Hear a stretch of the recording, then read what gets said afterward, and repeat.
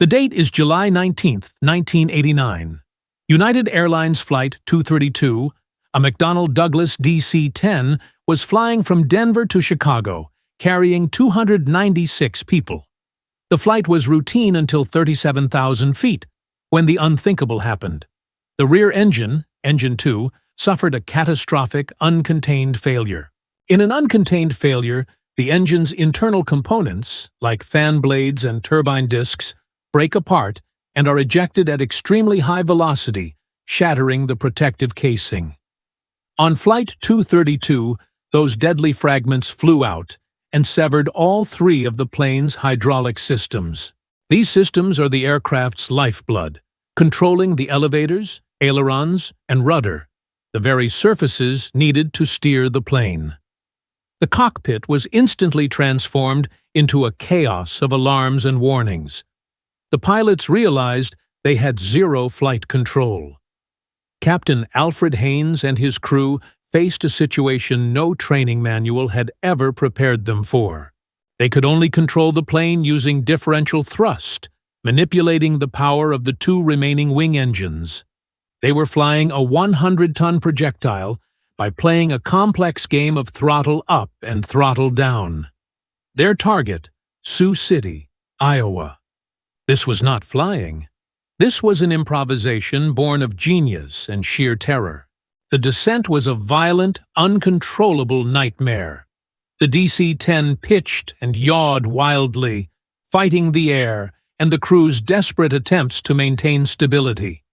The crew, joined by a Czech airman traveling as a passenger, worked in silence, shouting only the necessary commands, applying power to one engine, then the other, fighting every vibration.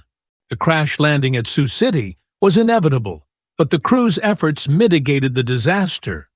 The plane struck the runway hard, exploded in a fireball, and broke into several pieces.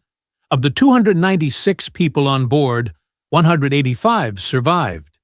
The fact that more than half of the passengers and crew walked away from a plane with zero hydraulics remains one of the greatest feats of aviation skill in history. The failure was mechanical, but the survival was purely human. The tragedy of Flight 232 was not the only instance where an engine tried to eat its own plane. Two other famous cases highlight the severe risks associated with advanced turbine technology. Air France Flight 66, 2017. An Airbus A380, one of the world's largest passenger jets, suffered an uncontained failure over Greenland. Its massive engine disintegrated, ripping off a large section of the wing. Despite the severe damage and the fact that the plane was hours away from an alternate airport, the pilots successfully managed to glide and land the giant aircraft with no further injuries.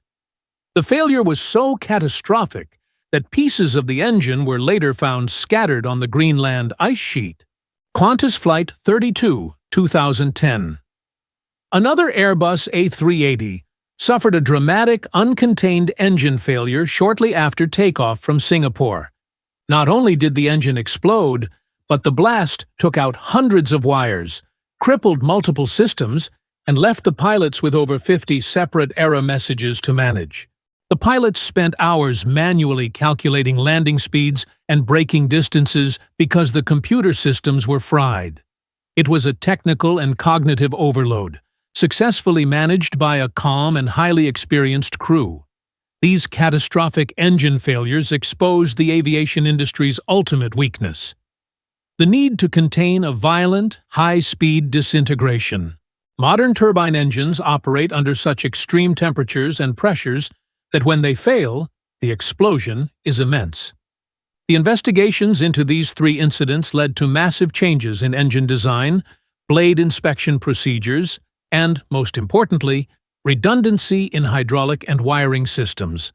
Flight 232 taught the world that dependency on single systems is a death sentence.